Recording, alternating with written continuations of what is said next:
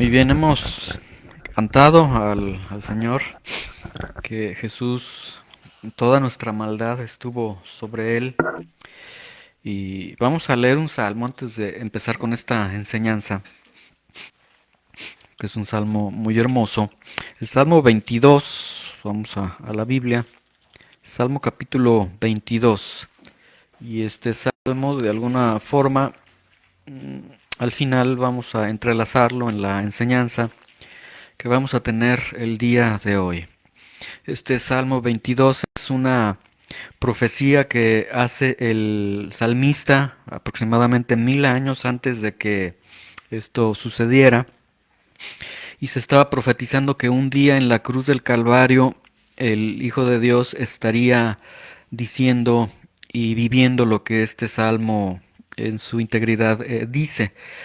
Dice el versículo 1, Dios mío, ahí estaría el Hijo de Dios en la cruz del Calvario, sufriendo la muerte en la cruz, sufriendo después el abandono de Dios, la justicia de Dios. Y estaría el Hijo de Dios diciendo, Dios mío, por primera vez en toda la eternidad Jesucristo no se refiere a Dios como su Padre, ahora se refiere como Dios solamente. Dice, por qué me has desamparado? ¿Por qué estás tan lejos de mi salvación y de las palabras de mi clamor? Dios mío, clamo de día y no me respondes, y de noche y no hay para mí reposo. Y después cada una de las palabras que dice este salmo es algo totalmente desgarrador, donde el Señor hace ver que el Padre lo estaba dejando en ese momento, porque en ese momento Jesús estaba, se estaba haciendo pecado por nosotros, lo cual implica que no es que Él era un pecador, sino que Él estaba tomando el pecado de cada uno de nosotros. Y esto es algo muy, muy hermoso, muy impactante, que cada vez que nosotros lo recordemos y cada vez que nosotros lo cantemos, no lo cantemos a la ligera, porque no es cualquier cosa. Es la vida de Jesucristo tomando cada uno de tus pecados, todos y cada uno de tus pecados, y llevándolos a la cruz del Calvario y clavándolos ahí por amor a cada uno de nosotros y por esta encomienda que el Señor tiene. Vamos entonces a empezar en esta ocasión. El tema que tenemos, vamos a Job capítulo 2, vamos a continuar con esta serie del libro de Job. El tema que tenemos para esta ocasión se titula ¿Dónde está Dios en medio de mi dolor? ¿Sí? Hemos visto Job capítulo 1 y capítulo 2, hemos visto el dolor que se ve en la vida de Job. En algunos momentos quizás nosotros nos hemos identificado en algunos dolores, en algunas situaciones de prueba que hemos tenido nosotros en nuestras vidas. Y surge una pregunta sin duda alguna: ¿dónde está Dios en medio de mi dolor? ¿Dónde está Dios en medio de cuando Él ha permitido pruebas en mi vida, la pérdida de un ser querido, la pérdida de un trabajo, la pérdida de todo, la pérdida de la salud, como vamos a ver en esta enseñanza? ¿Dónde está Dios? Y vamos a ver al final que la respuesta nunca estuvo oculta. Ahí está la respuesta oculta para Job y para cada uno de nosotros. En la enseñanza anterior nosotros concluíamos que Dios determina las pruebas, ¿sí? Que las pruebas a cada uno de nosotros, las pruebas sin lugar a dudas van a venir a nuestras vidas. Y es Dios quien determina las pruebas. Dios permite las pruebas. Y Dios tiene derecho a enviar las pruebas a nuestras vidas. Dios tiene propósitos buenos en medio de las pruebas. Y en medio de las pruebas Dios nunca nos abandona, ¿sí? Y concluíamos la enseñanza anterior con esta gran enseñanza que nos aporta Job, que en medio de las pruebas, cual fuera la prueba, Job perdió todo. Perdió absolutamente todo: su patrimonio, sus criados, sus 10 hijos, los cuales vemos que los amaba profundamente. Y en medio de las pruebas, Job nos enseña que Dios debe ser honrado en medio de las pruebas. Que no porque vienen las pruebas a nuestras vidas nos vamos a desanimar, ya no vamos a caminar con la misma intensidad con Dios, ya no lo vamos a amar como debería de ser amado. Dios debe ser honrado en medio de las pruebas, ¿sí? Y hoy vamos a continuar con esta narración que nosotros vamos a tener. Vamos a ver enteramente el capítulo número 2, ¿no? Vamos a darle lectura para ir desarrollando parte por parte. Entonces, lo último que nosotros tenemos es a una persona que está enfrentando el dolor. Veíamos que Job rompe sus vestiduras, rasga sus vestiduras, lo cual estaba siendo también un simbolismo de su corazón. Su corazón estaba roto totalmente, no esconde ese dolor. También veíamos en la enseñanza anterior que muchas veces nosotros tratamos de ocultar el dolor que tenemos y decimos, este suceso en mi vida me causa dolor, lo voy a hacer a un lado para que no me cause dolor, pero vemos que en Job vemos un hombre que abre totalmente su corazón, que tiene el duelo básicamente es anunciar públicamente, he perdido a cada uno de mis 10 hijos, ya no están conmigo, siento un dolor profundo. Y Job abre su corazón, y esto es una gran enseñanza, que todo el dolor que nosotros tengamos, que todas las heridas que nosotros tenemos, presentarlas delante de Dios, quien las va a restaurar, porque veíamos que también si no lo hacemos, Satanás gana ventaja, y él a través de las fases, los episodios fuertes, tristes que tenemos en nuestra vida, Satanás puede aprovecharse de eso y traer, entonces, estar oprimiendo a la persona. Vamos entonces a continuar con esta narración. Nos quedamos con este hombre totalmente destruido.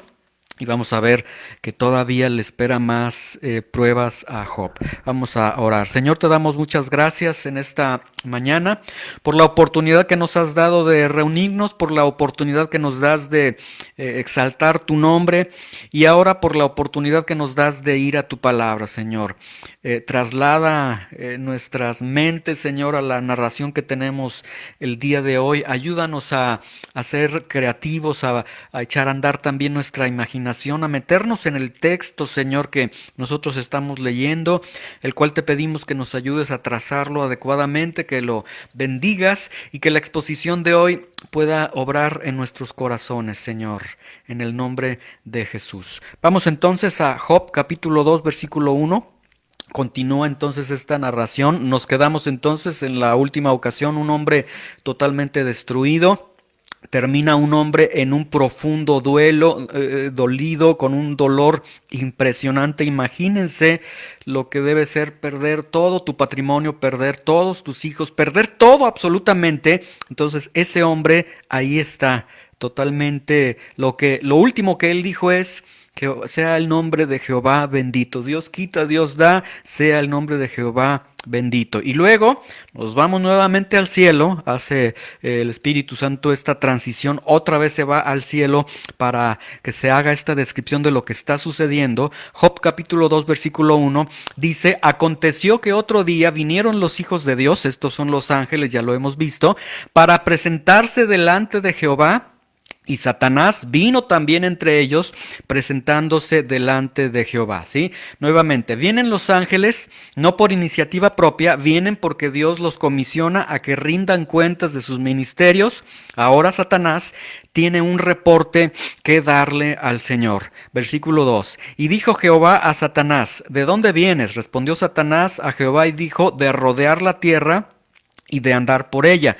Ahora recuerden que rodear la tierra y andar por ella, vimos en la primera enseñanza que esto se hace de una manera muy rápida, que es un desplazamiento totalmente veloz el que hace Satanás. Y ahí nosotros veíamos, no a manera de elogiar a este ser despreciable, sino a manera de reconocer que tiene ciertas características buenas, que Satanás no deja de trabajar, y lo que hace lo hace con mucha diligencia y con mucha rapidez, ¿sí? Entonces Satanás le contesta a Dios y le dice de rodear la tierra, de andar por ella.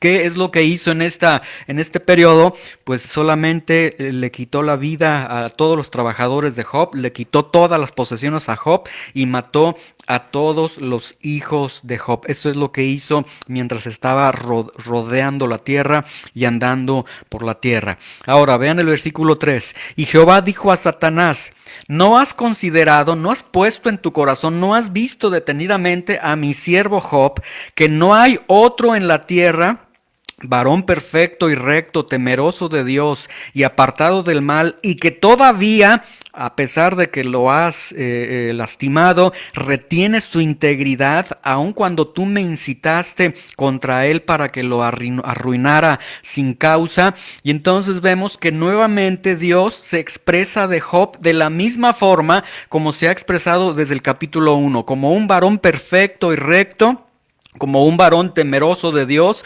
como alguien apartado del mal, y ahora Dios le agrega un nuevo ingrediente. Dice, además de todo esto, es fiel porque sigue reteniendo su integridad, ¿sí? Ahora, esta integridad la tiene a pesar de que Satanás decía lo contrario. Satanás le decía, no, Señor, estás equivocado.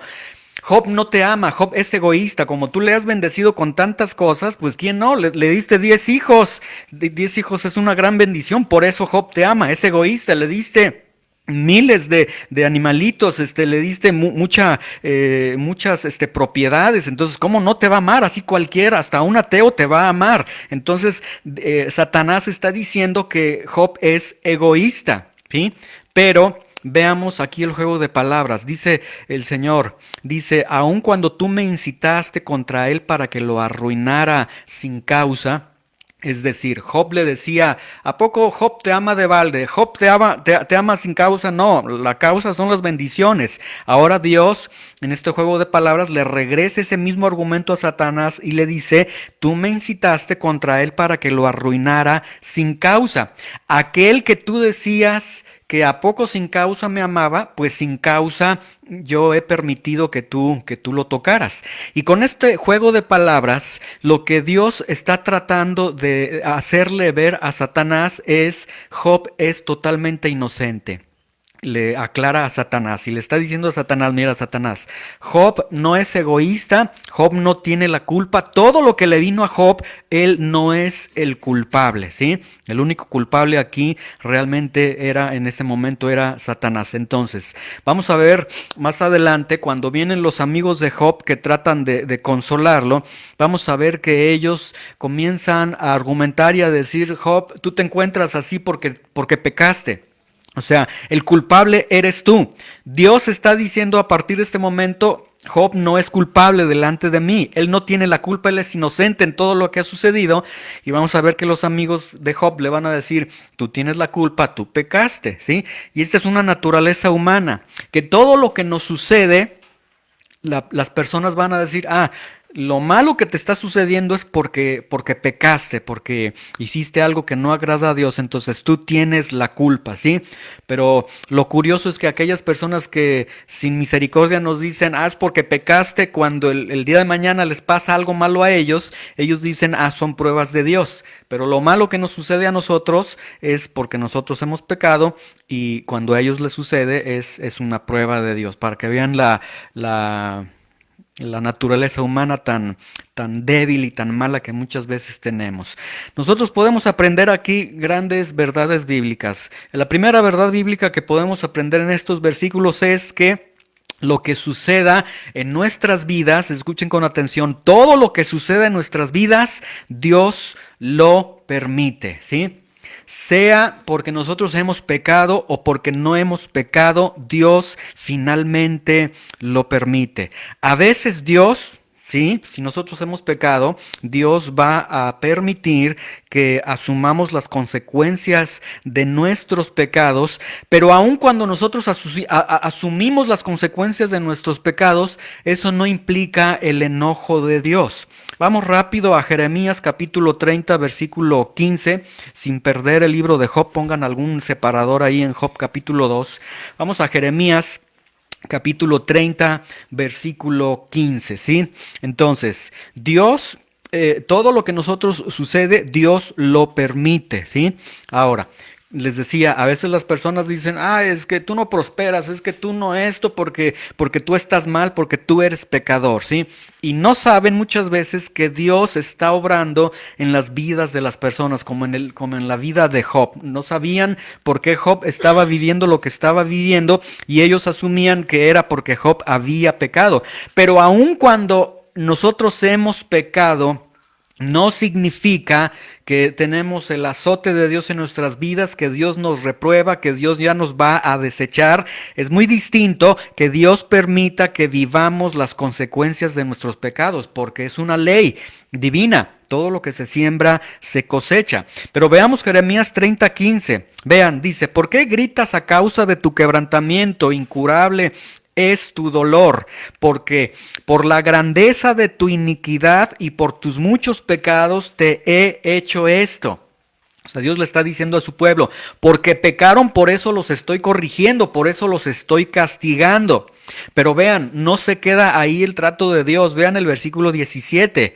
Mas yo haré venir sanidad para ti y sanaré tus heridas. ¿Sí? Entonces, esto está implicando que cuando nosotros hemos pecado, Dios va a permitir que vivamos las consecuencias de nuestro pecado, pero esas consecuencias de nuestro pecado no implican que Dios nos ha abandonado, sino implica sencillamente el cumplimiento de una ley. Lo que se siembra se cosecha. Pero dice el Señor, haré venir sanidad para ti y sanaré tus heridas. Romanos 8:28 dice que aquellos que aman a Dios, todas las cosas les ayudan a bien. Incluso cuando hemos pecado, vivimos las consecuencias de nuestro pecado. Esas consecuencias de nuestro pecado nos ayudan a mejorar nuestra vida. Entonces la disciplina de Dios no significa el enojo de Dios, ¿sí? Y otra verdad que nosotros podemos aprender es que Dios permite las pruebas y el dolor, ¿sí? El día de mañana, el día de ayer, cuando pasaste por pruebas difíciles, fue Dios quien permitió esas pruebas. Quizás no fue Dios quien las provocó, fueron nuestros actos, pero Dios las permitió. Y si Dios las permitió, tiene propósitos eternos de por qué lo permite. Entonces esto lo digo para no martirizarnos con la idea de, por mi culpa, por mi culpa. No, hay perdón en Dios, hay restauración de Dios, y aun cuando afrontamos las consecuencias de nuestros pecados, Dios restaura y Dios va a levantar, ¿sí? Ahora, en esto que hemos visto en estos primeros versículos, parece surgir una pregunta muy inquietante, y es esta. ¿Acaso Satanás puede persuadir a Dios para que cambie de planes el Señor? Porque primero, en este diálogo que tenemos desde el capítulo 1, vemos que Dios dice, no toques a Job. Y ahora en este capítulo 2, Dios le va a decir, bueno, puedes tocar a Job. Y entonces aquí puede surgir esa duda. ¿Será entonces que Satanás puede hacer que Dios cambie de planes? Y la respuesta rotundamente es que Dios no puede ser engañado por Satanás. Satanás nunca podrá engañar a Dios. Ahora escuchen con atención. Esta prueba no tan solo es para Job. La prueba que está viviendo Job no es para Job solamente. Es una prueba para Job, es una prueba para el mismo Satanás, y también es una prueba para nosotros, pero nunca para Dios, ¿sí? Veamos ahora el versículo 4. Respondiendo Satanás, regresamos al libro de Job, Job capítulo 2, versículo 4. Respondiendo Satanás, dijo a Jehová, cuando Dios le dice, mira, a pesar de que lo has tocado, lo has arruinado, y él es inocente en todo esto, él sigue siendo fiel para mí. En el versículo 4 le responde Satanás y le dice una frase que se utilizaba en el oriente en esos tiempos, y le dice piel por piel. Todo lo que el hombre tiene dará por su vida. ¿Sí? Ahora, ¿qué significa esto que Satanás está diciendo? Bueno, esto significa el colmo, porque primero Satanás está diciendo que Job es egoísta. Ahora está acusando a Job de que Job es insensible.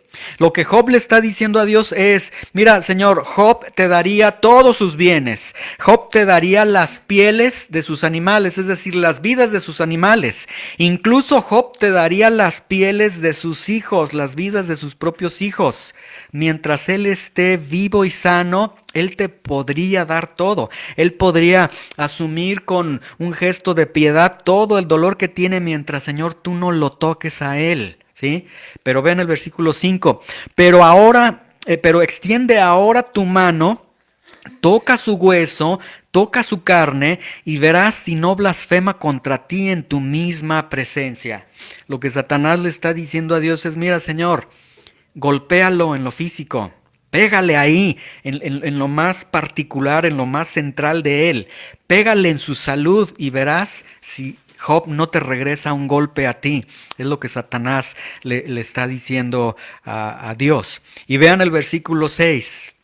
Y Jehová dijo a Satanás, he aquí, él está en tu mano, mas guarda su vida. O sea, Dios le da permiso a Satanás, le dice, bueno, no soy yo quien va a tocar la salud de Job, toca tú su salud, nada más te voy a poner te voy a limitar en mi soberanía, en mi poder, no puedes quitarle la vida, pero toca a Job hasta el punto donde tú quieras. Y Dios le da permiso a Satanás. Satanás entonces baja a la tierra nuevamente con el permiso de Dios, ¿sí? Y llega un momento en el que esto es algo totalmente muy llamativo, porque Dios le dice, Job no puede morir, su vida está en mis manos. Y la muerte es lo que Job, más adelante vamos a ver, realmente la desea. La esposa de Job llega a decirle, es mejor que te mueras. Y vemos que la prueba que se acerca para Job continúa, va a ser una prueba real, una prueba extrema, donde se asegura por parte de Dios que no hay muerte cuando Job deseaba en verdad la muerte. Y entonces ahí vemos que los planes de Dios son muy superiores a los nuestros. Llega un momento en el que Job, él quiere morir, y vamos a ver ahorita en el versículo 7 por qué quiere morir él, pero Dios dice, no, tu vida está en mis manos. Vamos ahora al versículo 7. Satanás entonces ya ha bajado a la tierra. Vean, entonces salió Satanás de la presencia de Jehová y de manera inmediata, como es el andar y recorrer la tierra, e hirió a Job con una sarna maligna desde la planta del pie hasta la coronilla de la cabeza, en todo su cuerpo. Ahora, escuchen con atención, la palabra que se utiliza aquí para sarna maligna es la palabra hebrea shehin, que significa enfermedad grave de la piel. Sarna maligna, una llaga ardiente, una úlcera ardiente, y es conocida como la lepra negra. La lepra negra es en nuestro lenguaje actual elefantitis. Entonces, lo que tiene Job es esta enfermedad de la piel que se conoce como elefantitis. Hay algunas imágenes en el internet, les iba a poner algunas, pero realmente son muy grotescas. Sus pies, sus manos, su cara comienza a hincharse, a deformarse de una forma impresionante. Y entonces esto es lo que Job comienza a tener. Ahora, antes de ver los padecimientos de Job, aquí debemos de ver dos cosas que son muy interesantes. El primer punto es que Satanás hiere a Job, ¿sí? Y lo hiere con esta enfermedad. Pero nosotros en el Nuevo Testamento vemos que los demonios poseen a las personas, y una vez que poseen a las personas, hacen estragos en las personas. Y en el caso de Job, Job no fue posesionado por un demonio. Entonces, esto nos deja ver que el caso de Job es un caso sin paralelo en toda la Biblia. ¿Sí? La forma en cómo trabajaban los espíritus entonces era que entraban a la persona, y una vez ahí, con toda esta autoridad que tenían, hacían todos estas maldades, enfermedades en la persona. Pero en el caso de Job, pues, sucede algo que nunca había sucedido y que nunca sucede en toda la escritura. Satanás le toca de manera externa, de manera directa, sin que se constituya una posesión. El segundo punto es la mención que hace, dice, desde la planta del pie hasta la coronilla de la cabeza, lo que nos trata de ilustrar en el lenguaje del escritor es, nos quiere presentar el sumario del dolor de las enfermedades, es decir, quiere presentar el autor la enfermedad de enfermedades. Entonces, se está presentando a Job como una persona que bajo el influjo satánico tiene esta enfermedad, pero es algo sorprendente, algo que no se esperaba y lo tiene. Y segundo, alguien que está sufriendo lo peor que se puede sufrir en la tierra, es lo que se quiere decir, ¿sí? Entonces, su cuerpo se desfigura con esta enfermedad que tiene, sus patas, sus pies se hacen como patas de elefante, perdón, ¿sí? Es decir, la piel comienza a hacerse gruesa, lo cual impide también el movimiento. Esta descripción, entonces, vean esta descripción de Job. Tiene los pies, perdón, como patas de elefantes, así con un grosor desproporcionado. Tiene la cabeza inflamada, el rostro también, parte de la cabeza comienza a caerse la carne por estos, eh, las bolas que se van haciendo y demás. Es decir, se desfigura totalmente Job, ¿sí? Al grado que vamos a ver en el versículo 12, sus amigos no lo reconocen. Ahora, a lo largo de todo su cuerpo se van desarrollando pústulas, ¿sí? Las pústulas son como una especie de, em, de granos o de espinillas, pústulas. Estas pústulas, cada una de estas que se formaban en su cuerpo, estas pústulas criaban gusanos en su cuerpo. Entonces era un dolor impresionante, se formaban ciertos gusanos, luego estas pústulas se hacían costras, después las costras se rompían y supuraban pus. ¿Sí? Job después nos deja ver en el capítulo 7, versículo 14, que no podía dormir porque con esta enfermedad él tenía sueños de terror, tenía pesadillas por la alta fiebre que él tenía en su piel gangrena a lo largo de toda su piel, dolor de huesos, sentía que se incendiaba por dentro. Entonces este es Job, el que había sido bendecido por Dios, el que estaba feliz con sus hijos, con todo lo que tenía, y así se encuentra Job, ¿sí? Ahora, vamos al versículo 8. Y tomaba Job un tiesto para rascarse con él y estaba sentado en medio de ceniza, ¿sí? Ahora, cuando aquí la escritura dice sentado en medio de ceniza, se está refiriendo al Maslahaf que tenemos en el Antiguo Testamento, que viene a ser un basurero, viene a ser el basurero a las afueras de la ciudad donde colocaban todos los desperdicios, toda la basura, dicen los historiadores, que se prendía fuego en ese lugar y luego, o sea, ponían basura, se prendía fuego y poco a poco, al paso de los años, se hizo una especie de colina en ese lugar. Ahí, en ese basurero, se reunían los enfermos de enfermedades infecciosas y los leprosos. Ahí estaba Job. Es decir, Job ahora ya no está en su casa porque ya la perdió, ahora se encuentra en el basurero, en el Maslavaj. ¿Sí? Ahora, aquí en este lugar, entonces, como les digo, se encuentran los leprosos. Si se encuentran ahí los leprosos, de acuerdo a la ley, son considerados inmundos. De acuerdo a la ley, son personas reprobadas socialmente. Entonces vemos que Job perdió todo, perdió sus hijos, gravemente enfermo, un reprobado social y, si fuera poco, un inmundo de acuerdo a las leyes de Dios. Y aún así, él permaneció en su integridad delante de Dios. Él estaba ya totalmente desechado.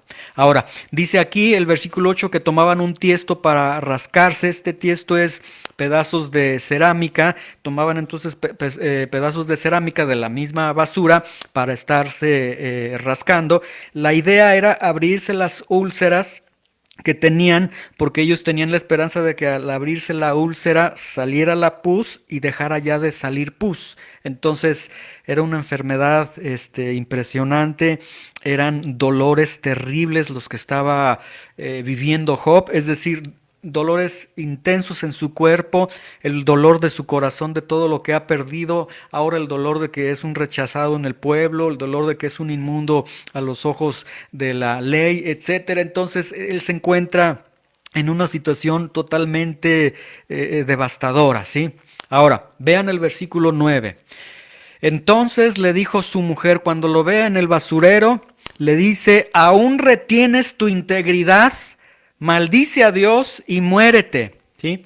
La Biblia nos enseña que la mujer en los propósitos de Dios debe de ser ayuda idónea, pero aquí realmente esta mujer se convierte en un verdadero tropiezo, porque ahora no nada más es Satanás contra Job, ahora es la esposa de Job contra Job, y le dice, ¿aún retienes tu integridad? O sea, a Job le hace ver, le dice, mira Job, no tienes bienes, no tienes criados, nuestros hijos están muertos, estás gravemente enfermo, el pueblo te rechaza, eres un inmundo. Job, ¿realmente vale la pena que mantengas tu integridad cuando Dios ya te abandonó? Y es una pregunta que está lanzando ciertamente una mujer herida, porque también no debemos de quitar el dedo de la historia. Ella perdió también a sus 10 hijos, perdió todos los bienes que tenía, entonces se encuentra en un gran dolor, ¿sí? Ahora, aquí mucha atención con esto. Ella le está diciendo, ya no tienes nada. No vale la pena que sigas amando a Dios. Ahora, mucha atención con esto. La razón por la que Dios abandona, conocida por ellos en ese momento, pueden ser dos razones. La primera, por pecado. O sea, que la esposa de Job está implicando, Job, tú eres el culpable. O sea, lo peor de todo es que en medio de este dolor llegue la esposa diciéndole o insinuándole, Job, nuestros hijos se murieron por tu culpa, se perdieron nuestros criados por tu culpa, tú eres culpable de todo esto. Es lo que básicamente le está diciendo la esposa. O la razón número 2, quizás está entendiendo que Dios abandona porque Dios es un Dios que es injusto, lo cual sería una incorrecta apreciación de quién es Dios, lo que nos deja ver que la esposa de Job realmente no conocía a Dios. En cualquiera de los dos casos, la esposa de Job está totalmente equivocada. Y nuevamente vemos que las personas juzgan en base a lo que ven. El dictamen de las personas siempre es porque tú pecaste. No estás prosperando en tu vida. Te está yendo mal en tu vida. Esto en tu vida es porque tú pecaste. Ese es el dictamen que la mayoría de las personas te van a dar, ¿sí? Y número 2, la esposa de Job le dice una situación muy horrenda realmente. Le dice, Job, maldice a Dios y muérete. O sea, lo que la esposa de Job le está diciendo, mira, vuélvete contra Dios, blasfema a Dios, golpea a Dios, y vas a ver que Dios se va a insultar y luego Él te va a matar a ti. Y la muerte en este momento es mejor para ti. Eso es lo que la esposa de Job le está diciendo. Básicamente la esposa de Job, en medio de la prueba tan fuerte, la esposa de Job le está diciendo, peca contra Dios. Y vean ahora el versículo 10, cómo le contesta Job, ¿sí? Ahora, qué difícil es responder para Job en medio de la situación física, emocional, espiritual que tiene Job, y todavía Job tiene que hablar, lo cual estamos entendiendo implica un profundo dolor para él. Y Job le contesta y le dice, como suele hablar cualquiera de las mujeres fatuas, has hablado. ¿Qué? ¿Recibiremos el bien y el mal no lo vamos a recibir? En todo esto no pecó Job con sus labios. Ahora, la palabra fatuas no significa tonta, ¿sí? Porque si no, entonces Job hubiera reaccionado de una manera mala. Básicamente le estuviera diciendo, vieja tonta, cállate, ¿sí? Pero no es lo que le está diciendo. Cuando dice fatua, la palabra fatua significa alguien que actúa rechazando la voluntad revelada de Dios. Es decir, alguien que conoce la voluntad de Dios y que la rechaza, ¿sí? Ella sabe que no puede hablar así a Job. Ella sabe que no le puede sugerir a Job que peque contra Dios, porque ella de alguna forma tiene un conocimiento de Dios. Tan vemos que tiene conocimiento de Dios que le dice, maldice a Dios, o sea, peca contra Dios, la consecuencia del pecado es muerte y Dios te va a matar y la muerte es lo mejor para ti. Pero aun cuando ella tiene esa revelación de quién es Dios, ella la rechaza y vive de acuerdo a cómo ella quiere interpretar las cosas. Y es una verdadera fatua, como está diciendo aquí Job, es una tonta, es una persona que está actuando en un claro rechazamiento de la voluntad conocida de Dios, ¿sí? Y aquí vemos que en medio de la prueba y el dolor, vean, Dios mismo se constituye el motivo del tropiezo. En medio de estas pruebas, Dios mismo parece ser ahora a los ojos de la esposa de Job que Dios es el culpable, ¿sí? Cuando todo iba bien, seguramente ella decía, oh, mi esposo, este gran hombre de Dios, este gran hombre de Oriente, tiene las bendiciones de Dios, etcétera. Pero cuando vino la prueba, bien, entonces el por qué, Señor, permites esto, ¿dónde están tus promesas? Señor, un hijo tuyo no debe pasar por esto, ¿por qué me sucede a mí? Etcétera, etcétera. Y Dios mismo es quien se convierte el tropiezo de todo esto.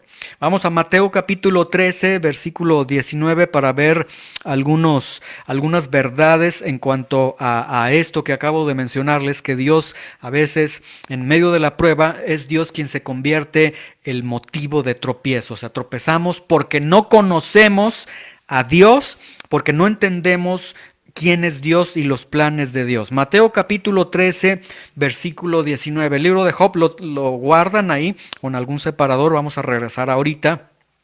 Mateo 13, 19. ¿Listos?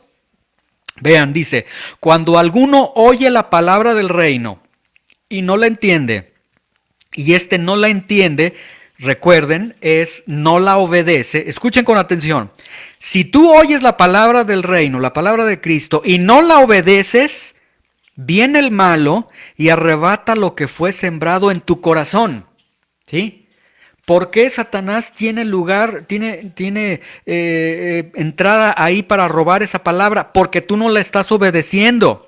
Este es el que fue sembrado junto al camino. Vean el versículo 20. Y el que fue sembrado en pedregales, este es el que oye la palabra y al momento la recibe con gozo y dice, ¡qué padre, qué bonito esto, aquello! ¡Ay, qué hermoso sermón! ¡Ay, yo leí la Biblia! ¡Ay! Y está contento, ¿sí? Pero vean, pero no tiene raíz en sí. O sea, el mismo problema. Sí hay Biblia, ¿la recibe? Sí. ¿Quieres venir a la reunión? Sí. ¿Quieres escuchar el sermón? Sí. ¿Quieres alabar a Dios? Sí. A todos sí, sí. Pero no hay obediencia, sino que es de corta duración. Pues al venir la aflicción, tarde o temprano, en la vida de todos, hijos de Dios y no hijos de Dios, vendrá la aflicción. Cuando venga la aflicción por causa de la palabra, luego tropieza y le echa la culpa a la palabra. Por eso les digo, Dios se convierte en el motivo de tropiezo. Es que a mí me dijeron que Dios iba a estar conmigo todos los días y ahora no está. ¿Y por qué me va? Y ahora que yo le quise echar ganas a Dios, resulta que ahora me quitan el trabajo, resulta que ahora me están diagnosticando esta enfermedad, etcétera. Ahí está, porque no lo entendemos. Dios se convierte en el motivo del tropiezo. Versículo 22. Y el que fue sembrado entre espinos, este es el que oye la palabra, pero el afán de este siglo, porque quiero cuidar mi trabajo, mis ingresos, primero yo, El afán de este siglo y el engaño de las riquezas van a ahogar la palabra y se hace infructuosa. Y noticias para este tipo de personas. El día de mañana, cuando se terminan los afanes de este siglo, se queda sin trabajo, se va a la bancarrota, etcétera, ¿a quién va a culpar? A Dios. Y va a decir, pues no, que Dios entonces estaba conmigo. Pero ahí vemos una mala entendimiento de quién es Dios. Un gran porcentaje de empresarios, un gran porcentaje de gente de negocios cuando llegan a la quiebra, porque así se comportan los aspectos de la economía, son muy fluctuantes. Cuando ven que han perdido todo, un gran porcentaje, arriba del 90%, se quitan mejor la vida, ¿sí? Entonces debemos nosotros de entender esto. En medio de las pruebas, entonces, aflora el verdadero carácter que tiene la persona. ¿Quieres conocer tu verdadero carácter? El día que estás en las pruebas, ahí se ve tu verdadero carácter, ¿sí? No sé si ustedes han visto, a mí me ha tocado asistir a varios funerales, y ha habido funerales donde yo recuerdo un funeral, murió un bebé, y en ese funeral de pronto la mamá del bebé empezó a agredir a todos los que estábamos ahí, empezó a gritarnos y decirnos, sálganse de aquí, hipócritas, y diciendo muchas cosas que realmente la señora no estaba entendiendo, pero lo que veíamos ahí es que realmente estaba aflorando su verdadero carácter, ¿sí? En medio de las pruebas aflora el verdadero carácter. La mejor manera de que conozcamos nuestro amor y nuestra fidelidad para el Señor no es cuando nos va bien en la vida, es cuando nos va mal y cuando estamos en medio de las pruebas. Ahí es donde se ve realmente lo que hay en nuestro corazón. Ahora, en medio de las pruebas, en medio de la escasez, en medio del dolor que se vive, que has vivido o que vas a vivir, te hago esta pregunta. En medio de esas pruebas, piensa por un momento, aquellas pruebas que Dios ha permitido en tu vida y que rompieron tu corazón. En medio de esa escasez que viviste, en medio de ese dolor, ¿tú piensas que valió la pena seguir a Dios? Y si nosotros decimos, no, sí, sí vale la pena seguir a Dios, ¿por qué entonces cuando pasamos por las pruebas que Dios permite en nuestra vida, nuestro caminar mengua? Nuestro caminar con Dios va bajando. ¿Por qué en medio de las pruebas no queremos orar? ¿Por qué en medio de las pruebas no queremos estudiar su palabra? ¿Por qué en medio de las pruebas, ya no me quiero congregar? ¿Por qué en medio de las pruebas, ya no quiero seguir, no queremos servir? ¿Por qué? ¿Y saben una cosa? Porque tenemos los mismos pensamientos de la esposa de Job, aunque no queramos reconocerlo. Porque llegamos a un punto en el que nos duele tanto la situación que estamos viviendo que decimos, "Ay, ¿vale la pena seguir a Dios?" Y nos faltaría poco para decir, maldice a Dios y muérete, ¿sí? Pero vean lo que Job contesta. Le dice, ¿recibiremos de Dios el bien y el mal no recibiremos? Vean, Job ha recibido profundamente mal. Y tenemos nosotros la revelación de Dios. No fue Dios. Dios lo permitió, que es distinto. Fueron las manos asquerosas de Satanás las que hizo todo esto. Pero Job está viendo la soberanía de Dios, está viendo a Dios en toda su soberanía y está diciendo, si Dios me da algo bonito y lindo, es de Dios. Si Dios permite algo triste, fuerte en mi vida, también viene de Dios, porque Dios es quien mueve todo en el escenario de toda la vida, ¿sí? Entonces vemos que Job reconoce la soberanía de Dios enteramente, ¿sí? Es Dios. Si ya no está un ser querido con nosotros, ¿qué fue? ¿Fue el cáncer? No. Finalmente fue Dios que lo permitió. Si pasó esto en mi vida, ¿qué fue? ¿Mi pecado? Sí, a veces es nuestro pecado, sí, pero si vemos más allá, vamos a ver, fue la soberanía de Dios, porque Dios permite lo bueno y lo malo en nuestras vidas, enteramente. es Dios. Y si vemos entonces más allá del por qué suceden las cosas o buscamos la explicación, vamos a encontrar paz, vamos a decir, Señor, tú estás detrás de todo esto y si tú lo permites, tiene un propósito que no entiendo y que es válido decir, Señor, no entiendo por qué sucedió esto. Vamos al versículo 11. En el versículo 11 tenemos entonces ya esta narración tan fuerte, tan impresionante.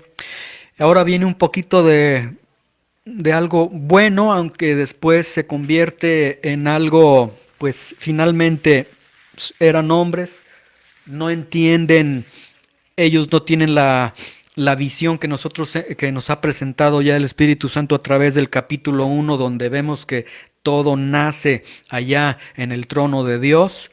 Y vienen tres amigos de Job, Elifaz, Bildad, Zofar. Luego que oyeron que de todo este mal que le había sobrevenido, vinieron cada uno de su lugar porque habían convenido en venir juntos para condolerse de él y para consolarse. Qué bueno, así son los amigos en medio de la situación difícil, adversa. Dios manda amigos, aunque esos amigos mejor hubiera sido que no hablaran, que hubieran cerrado su boca. Estos tres amigos son considerados de alta posición porque Job era de alta posición. Eran considerados sabios estas personas y tienen la intención de consolar a su amigo Job, ¿sí? Pero vean los nombres de ellos. Elifaz significa Dios aplasta. Bildad significa aquel que Dios ama. Y Zofar significa clavo puntiagudo, ¿sí? Entonces imagínate que en medio de tu dolor viene Dios aplasta contigo a darte unas palabras muy al estilo Elifaz, muy al estilo Dios aplasta. Viene Zofar, un clavo puntiagudo, a animarte con sus palabras muy estilo clavo puntiagudo. Pues por eso yo digo mejor que se queden callados porque y de hecho vamos a ver en los siguientes episodios cómo comienzan a atacar a Job. Versículo 12. Los cuales, alzando los ojos desde lejos, no le conocieron. Y lloraron a gritos, y cada uno de ellos rasgó su manto, y los tres esparcieron polvo sobre sus cabezas hacia el cielo. Ven a Job, donde, sentado a las afueras de la ciudad, lo ven en el Maslabaj, ahí en el basurero. Ellos esperaban todavía ver a su amigo en algún lugar bonito todavía. Ellos pensaban ver a su amigo pues dolido, a lo mejor porque le está yendo mal físicamente, porque le ha ido mal, pero dice que no lo conocieron, y el sentido de que no lo conocieron no significa que pasaron de largo, sino que no lo reconocieron porque era otro totalmente hinchado, imagínate con todas esas, todo lo que tiene en su cuerpo, la pus, gusanos, el dolor, se está incendiando por dentro, todo esto no lo reconocen. Lloraron a gritos, sus amigos muestran algo de bondad realmente. Lloran a gritos, es decir, sienten un profundo dolor cuando lo ven, en verdad lloran, rasgan su manto, señal de profundo dolor, esparcen polvo sobre sus cabezas, es decir, el gesto bonito de estos amigos es que ellos cumplen con todo el protocolo del dolor, ¿sí? Lo hacen enteramente. O sea, hasta este momento vemos que sus amigos realmente estuvieron con Job totalmente dolidos. Ahora vean la forma en cómo concluye este capítulo. Es un capítulo realmente muy silencioso, un dolor muy silencioso de la forma como que acaba. Dice, así se sentaron con él en tierra por 7 días y 7 noches. Se sientan junto a Job en el basurero estos amigos, ninguno le habla palabra porque veían que su dolor era muy grande. Lo que nos deja ver que entonces ellos estaban viendo a Job y veían y regresaban la mirada otra vez para acá y sentían un profundo dolor, ¿sí? Sentarse en tierra era señal de luto, ¿sí? Ellos están haciendo algo bueno y algo bonito realmente. Job se encuentra en luto, ha perdido a sus hijos. Bueno, ahora tiene unos amigos que lo están acompañando con ellos. Y esto nos deja ver que cuando alguien se encuentra en luto, lo mejor que podemos hacer con ellos es aguardar también con estas personas y estar en medio de su dolor, ¿sí? No necesariamente estar hablando, sino la sola presencia, la sola compañía ayuda, ¿sí? Ahora, en el duelo, en este duelo que se realiza, no se habla, nadie puede hablar hasta que quien está en duelo comience a hablar. Por eso nadie habla, todos están en profundo silencio. Y así concluye este capítulo, con un dolor totalmente silencioso. Job no sabe que el silencio de Dios no significa que Dios lo ha dejado, no significa que Dios lo está castigando, no significa que Dios ha dejado de amarlo, ¿sí? Job no lo sabe, nosotros sí lo sabemos porque el autor nos lo ha mostrado, es Dios quien está obrando en medio de ello. ¿Dónde está Dios cuando hemos perdido todo? ¿Dónde está Dios cuando han muerto nuestros criados? ¿Dónde está Dios cuando han muerto nuestros hijos? ¿Dónde está Dios cuando estamos enfermos gravemente? ¿Dónde está Dios cuando mi esposa me dice, vuélvete en contra de Dios? ¿Dónde está Dios cuando somos reprobados sociales? Cuando las personas nos señalan y llegan a decir, ese ni cristiano es. ¿Dónde está Dios cuando somos inmundos ante Dios? ¿Dónde está Dios en medio de mi dolor? Y esta sería una pregunta que seguramente Job se hacía en ese momento. ¿Dónde está Dios? ¿Dónde está Dios?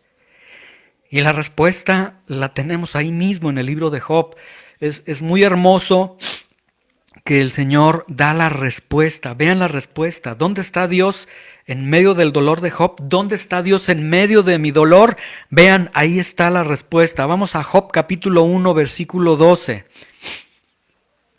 Y van a ver la respuesta de Dios, en esta pregunta. ¿Dónde está Dios en medio de mi dolor? Vean, Job capítulo 1:12 dice, dijo Jehová a Satanás, he aquí todo lo que tienes está en tu mano. Escuchen con atención, solamente no pongas tu mano sobre él.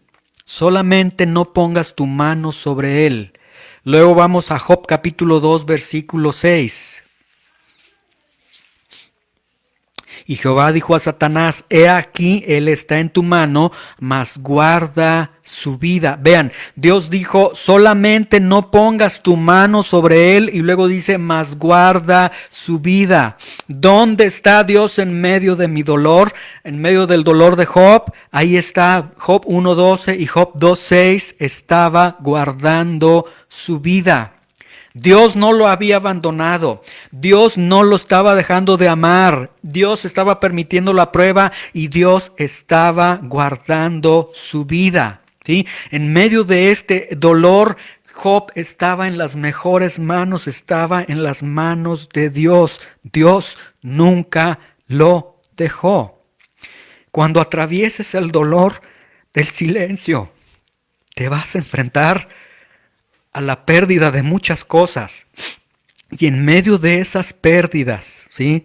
De tu trabajo, de tu patrimonio, de tus criados, de un ser querido, en medio de esas pérdidas, en medio de la difamación que Dios permita, en medio de la burla que Dios permita, en medio del menosprecio, vas a sufrir todo eso, sí. Pero lo que no vas a sufrir nunca es que Dios estará guardando tu vida. Es decir, nunca vas a experimentar el abandono de Dios. Dios se compromete a que nunca vas a estar transitando solo en medio del valle de sombra de muerte. Él va a estar contigo en medio de las pruebas, ¿sí?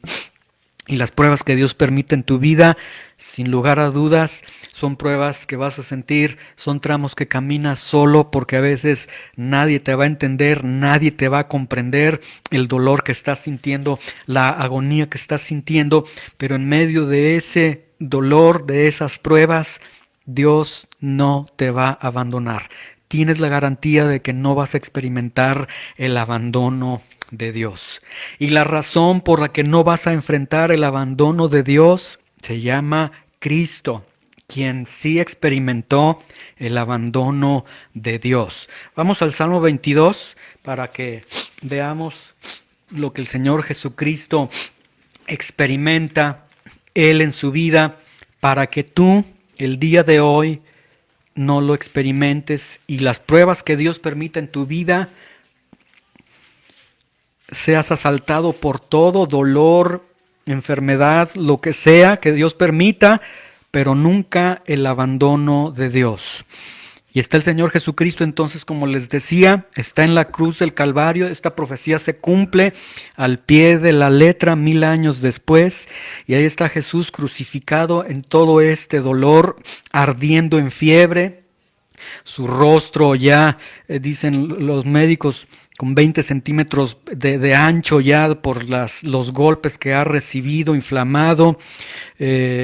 Su cuerpo totalmente desmembrado por la flagelación, los clavos, tétanos, dolor, las moscas verdes que había en ese tiempo que están mordiendo el cuerpo de Jesús por chupar la sangre. Todo este dolor, y en medio de este dolor, el abandono de Dios, que el Hijo por primera vez está clamando: Dios mío, ¿por qué me has desamparado? ¿Por qué estás tan lejos de mi salvación y de las palabras de mi clamor? Dios mío, clamo de día y no respondes, y de noche y no hay reposo para mí. ¿Sí? Como diciendo Jesús, es un clamor, dicen algunos teólogos, de un bebé, de un niño que está llorando por su papá. Papá, ¿por qué me dejaste? Y luego vean el versículo 3, y la respuesta es por ti, por nosotros, por nuestro pecado, por eso. Versículo 3, pero tú eres santo. Vean, el Señor ve la santidad de Dios. Y al igual que Job también está reconociendo, Dios es soberano, todo lo que Dios hace está correcto, pero tú eres santo, tú que habitas entre las alabanzas de Israel. Y luego el Señor dice: en ti esperaron nuestros padres, esperaron y tú los libraste, clamaron a ti y fueron librados, confiaron en ti y no fueron avergonzados. Lo que acaba de decir Jesús es, desde el libro de Génesis, Señor, está registrado que todo aquel que ha clamado a ti, tú lo has librado. Y el único que no ha sido librado es el Hijo de Dios. Mas yo soy gusano y no hombre, oprobio de los hombres, despreciado del pueblo. Todos los que me ven me escarnecen, estiran la boca, menean la cabeza diciendo: todavía en la cruz del Calvario. Y esto se cumplió porque todavía estando en la cruz del Calvario, personas le dijeron: confío en Dios, pusiste tu amor en Él, pues que ahora que Dios te salve. Luego dice el versículo 9, pero tú eres el que me sacó del vientre, o sea, diciéndole el Señor: tú cuidaste de mí en el vientre de mi madre, tú me hiciste estar confiado desde que estaba en los pechos de mi madre, tú siempre me has guardado, Señor, desde que era niño pequeño, tú me guardaste, sobre ti fue echado desde antes de nacer, desde el vientre de mi madre, tú eres Dios. Pero ahora Dios lo está abandonando. Y el clamor sigue: no te alejes de mí, porque la angustia está cerca, porque no hay quien ayude. Y no hubo quien ayudara al Señor. Me han rodeado muchos toros, fuertes toros de Basán. Me han cercado, abrieron sobre mí su boca como león rapaz y rugiente. He sido derramado como aguas, todos mis huesos se descoyuntaron. Mi corazón fue como cera derritiéndose en medio de mis entrañas. Y aquí tenemos una explicación médica, científica de por qué murió Jesús, y la razón que dan los médicos que han investigado la muerte de Jesús. Dicen: seguramente explotó el corazón de Jesús, tal cual lo está diciendo aquí el versículo 14. Como un tiesto se secó mi vigor, mi lengua se pegó en mi paladar, me has puesto en el polvo de la muerte. Porque perros me han rodeado, me han cercado cuadrilla de malignos, horadaron mis manos y mis pies, contar puedo todos mis huesos, entre tanto ellos me miran y me observan, repartiendo entre sí mis vestidos y sobre mi ropa echaron suertes. Esto es lo que el Señor Jesucristo experimentó, enfrentó para que tú el día de mañana, en medio de tus pruebas, nunca experimentes el abandono de Dios. Vean el versículo 19. Mas tú, Jehová, no te alejes, fortaleza mía, apresúrate a socorrerme, líbrame de la espada de mi alma, del poder del perro de mi vida, sálvame de la boca del león, líbrame de los cuernos de los búfalos.